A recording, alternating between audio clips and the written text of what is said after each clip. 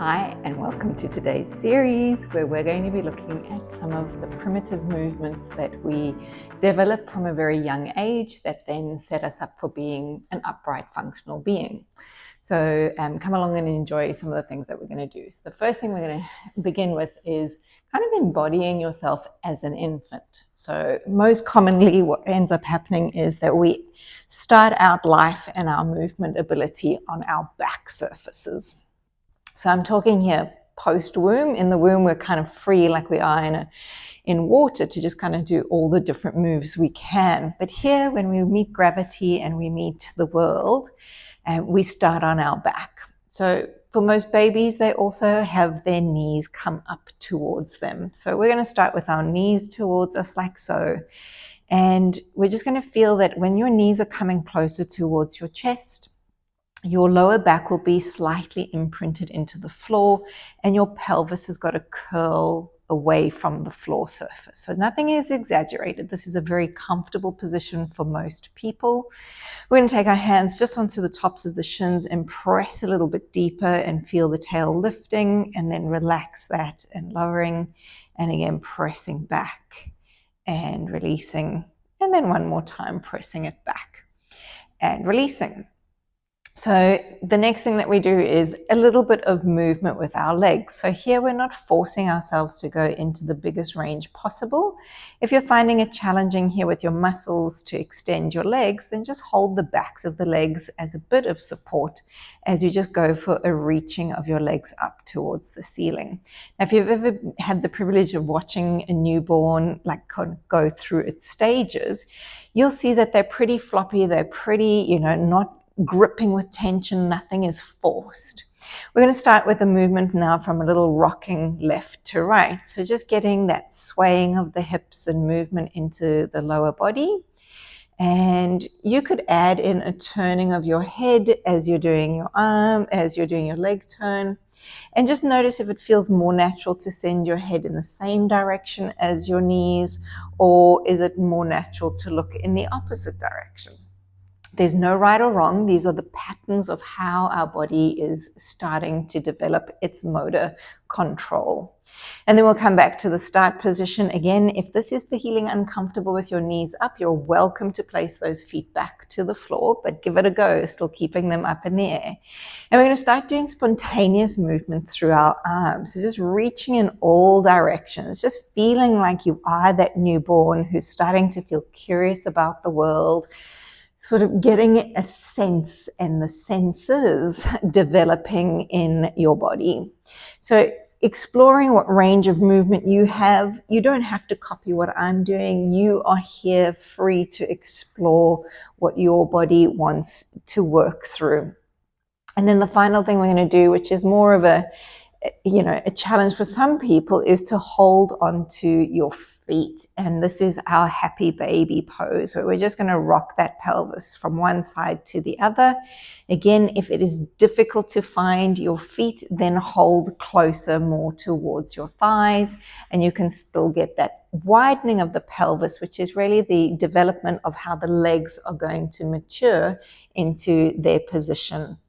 From here, we'll go into a rolling action. So we're going to start with the knees going down to one side, bringing your arm around and looking to the side. And then circle your arm over and send your knees to the other way and circle your arms around.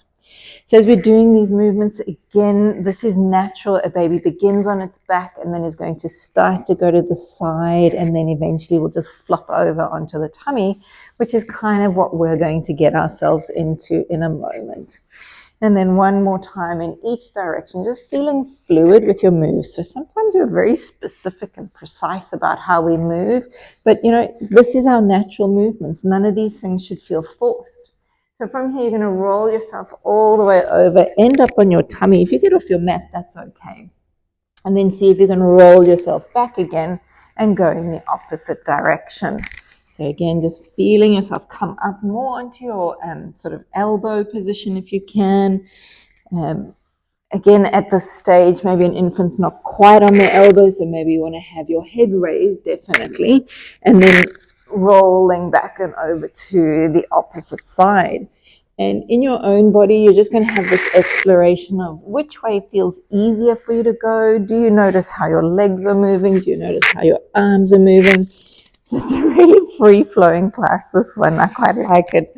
And then we're going to take ourselves onto our back position again, and we'll be a little bit more structured now. So we're going to turn ourselves over onto our bellies.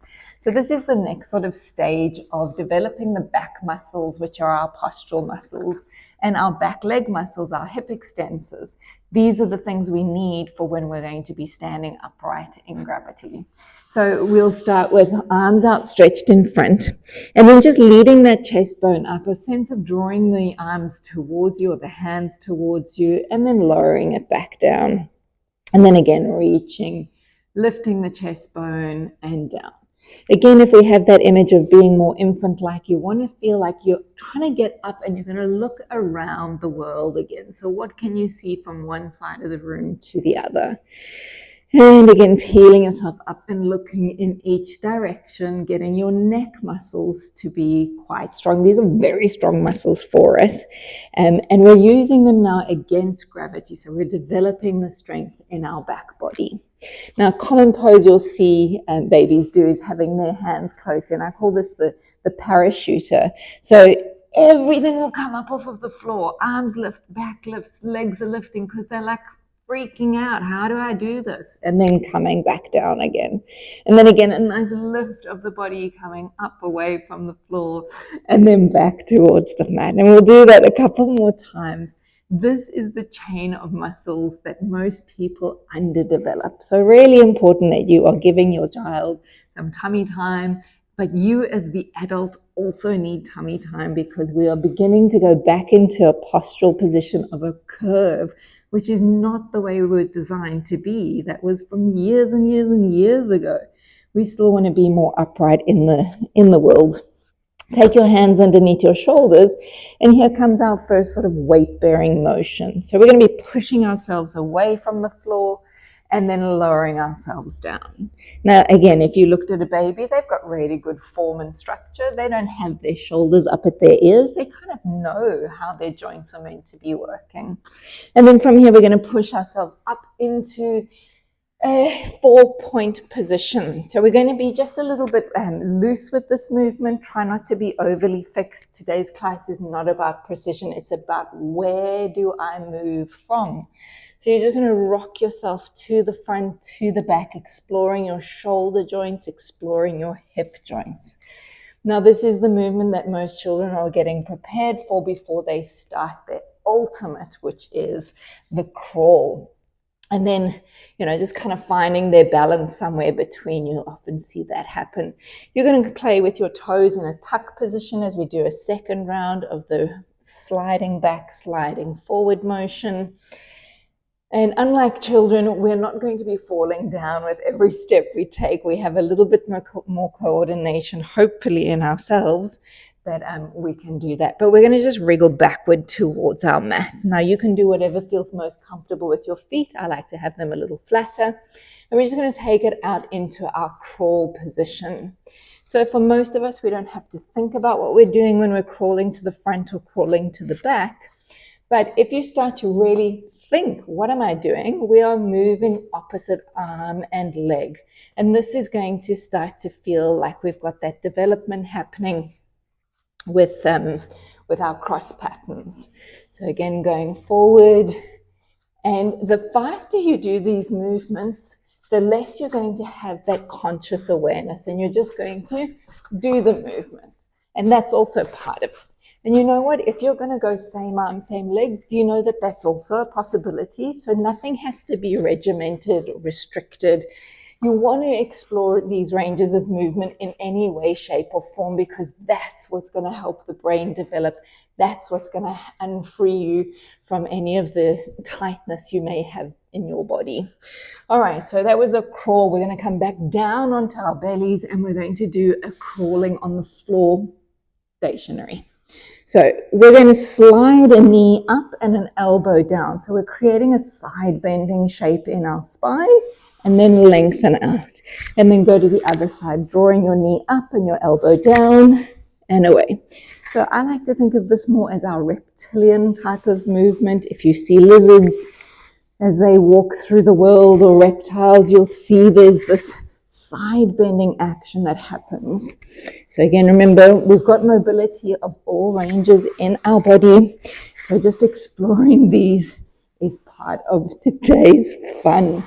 And then one more time as we go. All right, it is time for us to progress and become a seated little infant. So again, most children, as you see them sitting for the first few months of their life, once they're able to support themselves up on their own, they will have a very straight spine. And Joseph Pilates, when he was creating his methodology, he believed at the time that we should have a spine as straight as an infant. However, we know now that with development and changes to the system, the curvature of the spine needs to still build itself in. We're going to go into a rocking motion forward and backward. So just leaning your body to the front, leaning to the back, still with that interpretation of keeping your spine as straight as possible, not leaning into the curvature of what's there. All right, we're going to flip a leg back and just get a little movement through your hip into a new orientation. Lift your pelvis off, lower your pelvis down. So just getting this rocking motion. Again, motion is movement, movement is motion. And then we're going to swing that leg around and switch to the other side. Now, we all have different varying abilities of being able to create movement. So you do what feels natural in your body. If you need hand support, then take it. And then bringing yourself all the way through here. Now, Bear, you're going to have to move as I go into our next movement series, please. And that is to come into a cross-legged sit and going over onto your knees and then coming back down again. So again, forward with the hands onto the knees and down. We're going to do that one more time in our crossed position and then down. We're going to change it. We have the understanding to be able to change our sequences. So as we do that, you are going to potentially notice that one side feels a lot easier to do than the other. I'm going to use that word more coordinated because we have patterns the older we get through our movements. All right, and then we're coming back onto all fours shape. So hands and knees laid under shoulders and pelvis. Tuck your toes under, and here we go into lifting the hips towards the ceiling. Start the knees nice and soft, and then lowering yourself back down. And then we'll do that again. Sending hips up, thinking of that lovely long spine. Now, if in your body you are able, we'll take it into straight legs. So just looking down between the feet and then lowering back to the mat. And then one more time as we take it up and we bring it all the way back down. We're going to finish with the thing that children like to do most is play with their toes.